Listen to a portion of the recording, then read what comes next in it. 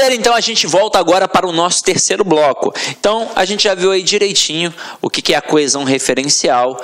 Então, a gente já sabe que na coesão referencial a gente tem os elementos endofóricos que apontam para outros elementos dentro do texto e a gente também tem os elementos esofóricos que apontam para elementos fora do texto. A gente viu tudo direitinho. Aí a gente viu que nos elementos anafóricos a gente faz referência a termo anterior. Nos elementos catafóricos a gente faz referência a termo posterior. Nós vimos que o principal elemento para evitar a repetição dentro de um termo é o pronome, mas nós também vimos que o substantivo também pode evitar a repetição de outro substantivo. E agora, para finalizar, para ficar bonito, a gente vai fazer uma observação que às vezes a gente nem precisa de ter um elemento. Então vamos lá, acompanha aqui comigo. A elipse de um termo também funciona como um elemento coesivo anafórico. Olha só que parada bacana. Então aqui, ó, comi uma torta de maçã e uma de figo. Porque na verdade eu comi uma torta de maçã e comi uma torta de figo. A menina comeu pouco, deixou quase tudo no prato. Então vamos lá. A menina comeu pouco e a menina deixou quase tudo no prato. Então eu não preciso repetir ou então substituir o termo para fazer a coesão, evitando consequentemente o quê? A repetição do termo. Agora, se ao omitir um termo eu evito a repetição de um termo anterior, é porque na verdade eu fiz uma coesão referencial anafórica, mesmo através da elipse, ok? Agora vamos visualizar como é que isso funciona na prática aqui no exercício rápido. Acompanha aí comigo, ó. O gorila fugiu da jaula. O gorila, no entanto, não feriu ninguém. Aí, se eu pedisse a você que está em casa para corrigir possíveis erros nesse pequeno texto, com certeza você destacaria a repetição da expressão o gorila. Então, nós vamos agora evitar a repetição através de algumas performances aqui, ó. Primeira situação que a gente vai utilizar. A gente vai colocar ali um pronome anafórico. Então vamos lá, um pronome anafórico. Que pronome anafórico a gente pode botar ali? Fácil, o ele. Então, ó, o gorila fugiu da jaula, ponto. Ele, no entanto, não feriu ninguém. Mas a gente pode evitar a repetição também através de uma hiperonímia. Então vamos lá, o que a gente vai colocar aqui? A gente vai colocar um hiperônimo. E aí, para e pensa.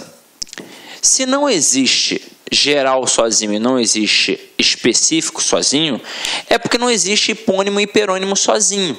A gente tem de ter um elemento para poder comparar. Se eu estou dizendo que aqui eu vou botar um hiperônimo, ou seja, um termo geral, eu estou mostrando que gorila, na verdade, é o termo específico. Então, qual é o termo geral para gorila? É o animal. Então, aqui, ó, eu vou botar o animal. Então, eu digo, o gorila fugiu da jaula. Ponto. O animal, no entanto, não feriu ninguém. Só que a gente acabou de ver aí na observação que eu sequer preciso colocar um termo para evitar repetição. Eu posso fazer uma elipse. E aí, o que é a elipse? É a omissão de um termo. Ou seja, no caso aqui, será o chamado zero absoluto. Então, a gente vai fazer as devidas adaptações de minúscula para maiúscula, é claro. Então, vamos lá. O gorila fugiu da jaula, ponto. É o zero, né? No entanto, não feriu ninguém. E aí diz para mim, quem foi que não feriu ninguém? O gorila. Então, o meu conhecimento de mundo permite saber que quem não feriu ninguém foi o gorila. Ou seja, o texto está coeso e coerente. Então, aqui a gente fez um processo de coesão referencial. E em todos os processos, seja utilizando um mero pronome ou um substantivo de valor hiperônimo ou a omissão, a gente sempre evitou a repetição de um termo anterior. Ou seja, nos três processos eu fiz uma coesão referencial anafórica. Só que aqui nesse texto a gente pode brincar de fazer coesão sequencial também, que vai ser o nosso próximo assunto. Quer ver? Vou apagar aqui. E agora a gente vai fazer um ajuste. Eu vou tirar o gorila repetido aqui, ó, e vou botar o ele. Então, ó, o gorila fugiu da jaula, ponto. Ele, no entanto, não feriu ninguém.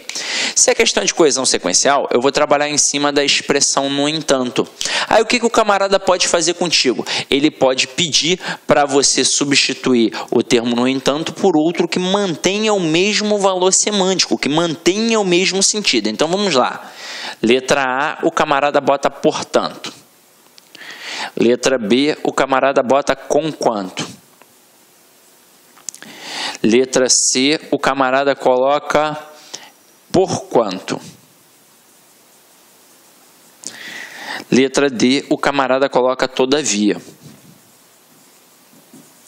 Aí, o que pode acontecer com o candidato? Ele pode olhar e pensar assim, caramba, no entanto, portanto, conquanto, porquanto, e é tudo muito parecido. É uma dessas daqui. Só que não é assim. A intenção do avaliador foi essa, foi te derrubar de acordo com a pronúncia da expressão. Só que para eu substituir o no entanto por outro que mantém o mesmo valor semântico, primeira coisa é saber o valor semântico do no entanto. E o no entanto aqui é uma expressão adversativa, ou seja, indica uma oposição. E por que tem oposição ali? Simples. Quando eu digo que o gorila fugiu da jaula, para e pensa, se o camarada está numa jaula é porque ele é perigoso. E se ele fugiu da jaula é porque teoricamente ele vai ferir alguém. Porque se ele está dentro da jaula é para evitar que ele fira alguém. Só que, no entanto, ele não feriu ninguém. Ou seja, ele quebrou a lógica. Ou seja, por isso teve uma oposição. Por que não pode ser o portanto? Porque o portanto é conclusivo. Por que não pode ser o conquanto? Porque o conquanto é concessivo.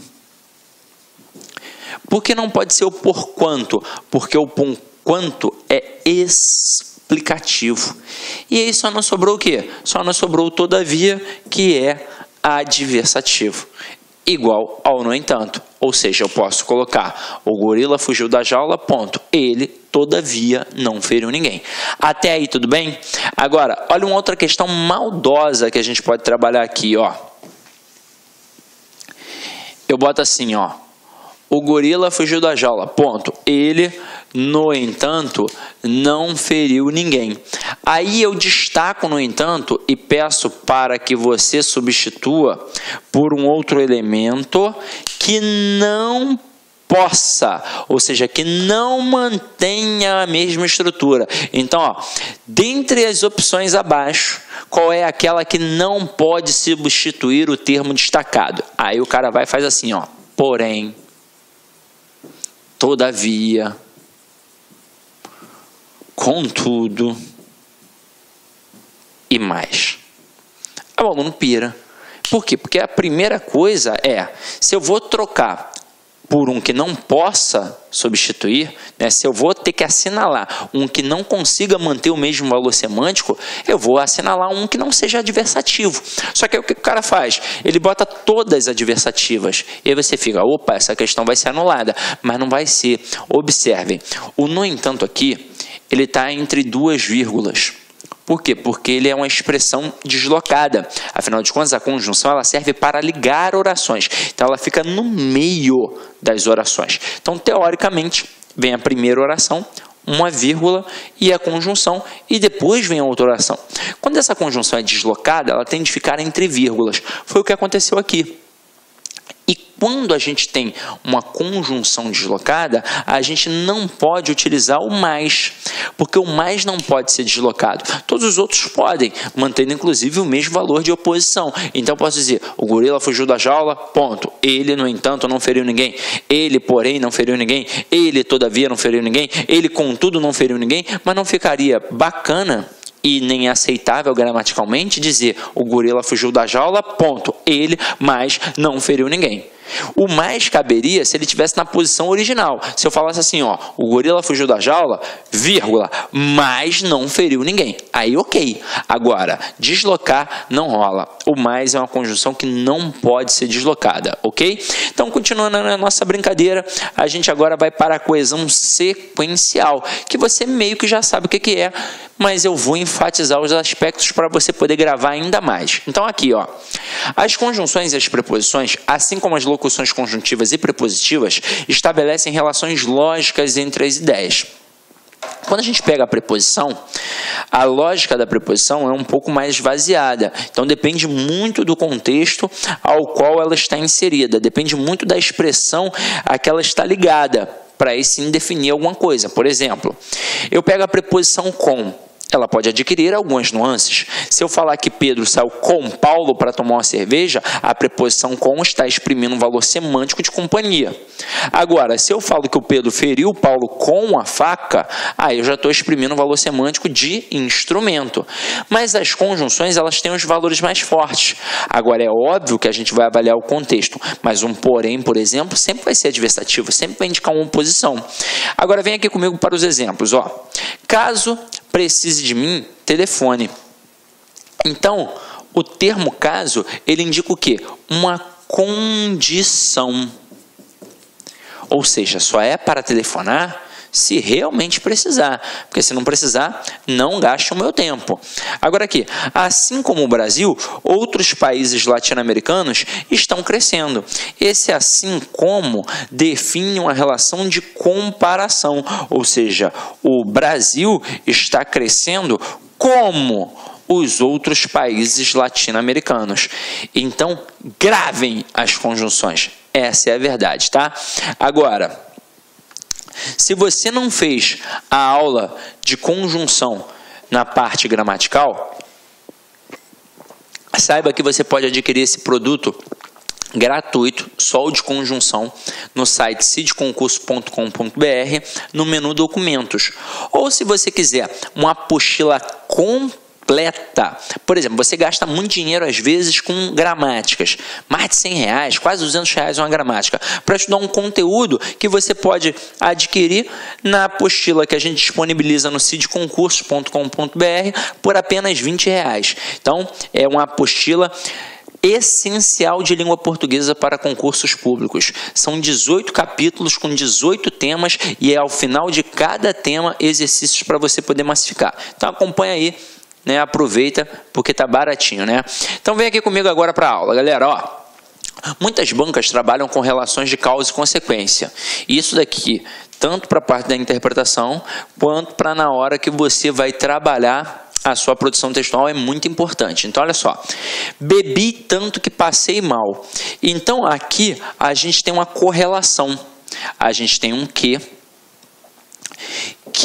depende de uma estrutura intensificadora, como as palavras tanto, tal, tão e tamanho, e aí nesse momento a gente marca que há uma relação de causa e consequência. Sabemos que a causa é a origem de um processo e a consequência é o que decorre diante daquilo. Então, quando eu digo que bebi tanto que passei mal, a causa é ter bebido muito. E a consequência de ter bebido muito é ter passado mal. Quando acontece essa expressão do que com um elemento intensificador, você só precisa gravar que a causa sempre ficará do lado do intensificador e a consequência sempre do lado do que. Agora, como bebi muito, passei mal. Olha uma dica que eu vou te dar. O como, ele pode trabalhar principalmente 3 valores semânticos: comparação, pode trabalhar conformidade e pode trabalhar causalidade. Quando ele estiver no meio da estrutura, provavelmente ele está trabalhando comparação e conformidade. E aí é só você avaliar e perceber se tem uma relação de igualdade. Se eu digo assim, João é esperto como José. João é inteligente como José. Então, ali eu tenho uma relação de comparação. Eu consigo dizer que eles são, tipo, iguais, pensam iguais, né? Então, vamos lá. Agora, quando eu digo que o João joga futebol como o treinador orientou, a gente já sabe que aí não tem uma relação de igualdade. Ele não joga igual o treinador, ele joga conforme o treinador orientou. Aí isso é fácil para poder analisar. Agora, se o como encabeça a estrutura, com certeza é um como causal. E aqui, como bebi muito, passei mal. E aí perceba, o fato do camarada ter bebido muito é a causa para consequência de ter o quê? Passado mal. Então, fica a dica aí, tá? Gravem as conjunções. Agora, acompanha aqui comigo. Outras bancas trabalham com relações de oposição, adversidade e concessão. Isso aqui, galera, é o seguinte. Quando eu digo assim, umas bancas trabalham assim, outras bancas trabalham acolá, na verdade, as bancas, elas trabalham sempre esses valores semânticos. Umas têm preferência por causa e consequência, outras têm preferência por oposição. Na verdade, a maioria até tem preferência pela oposição. Porque quando a gente trabalha aqui, a gente tem que deixar bem claro que quando a gente fala de oposição, que é a base da argumentação, dentro da oposição eu tenho a adversativa, que é uma conjunção coordenativa, e eu tenho a concessiva, que é uma conjunção subordinativa adverbial. Se as duas indicam oposição, alguma diferença tem de ter entre elas. A diferença é que a adversativa serve para enfatizar e a concessiva serve para minimizar. Sidney, não entendi nada. Então vamos lá. Se serve para enfatizar, serve para deixar o argumento forte. E se serve para minimizar, serve para deixar o argumento o quê? Fraco. Então acompanha aqui comigo nos exemplos agora, ó. Quando a gente diz aqui, ó, choveu, mas fui à praia. E fui à praia, mas choveu. Onde eu coloco a conjunção adversativa, eu sempre enfatizo. Sempre, sempre, sempre. Então aqui, ó, choveu, mas fui à praia. Eu enfatizei o lado daí da praia e minimizei o lado da chuva. Então, beleza, choveu. Mas não importa. O que importa é que eu fui à praia. Então, estou diante de uma pessoa feliz. Agora, fui à praia, mas choveu. Então, enfatizei a chuva e minimizei a ida à praia. Então, no final das contas, o que importou? A chuva, que acabou estragando o quê? O meu passeio. Agora, observem, em relação à interpretação. Quando a gente pensa em compreensão e interpretação, essas duas frases, em relação à compreensão, elas são idênticas. Mas em relação à interpretação, elas são diferentes.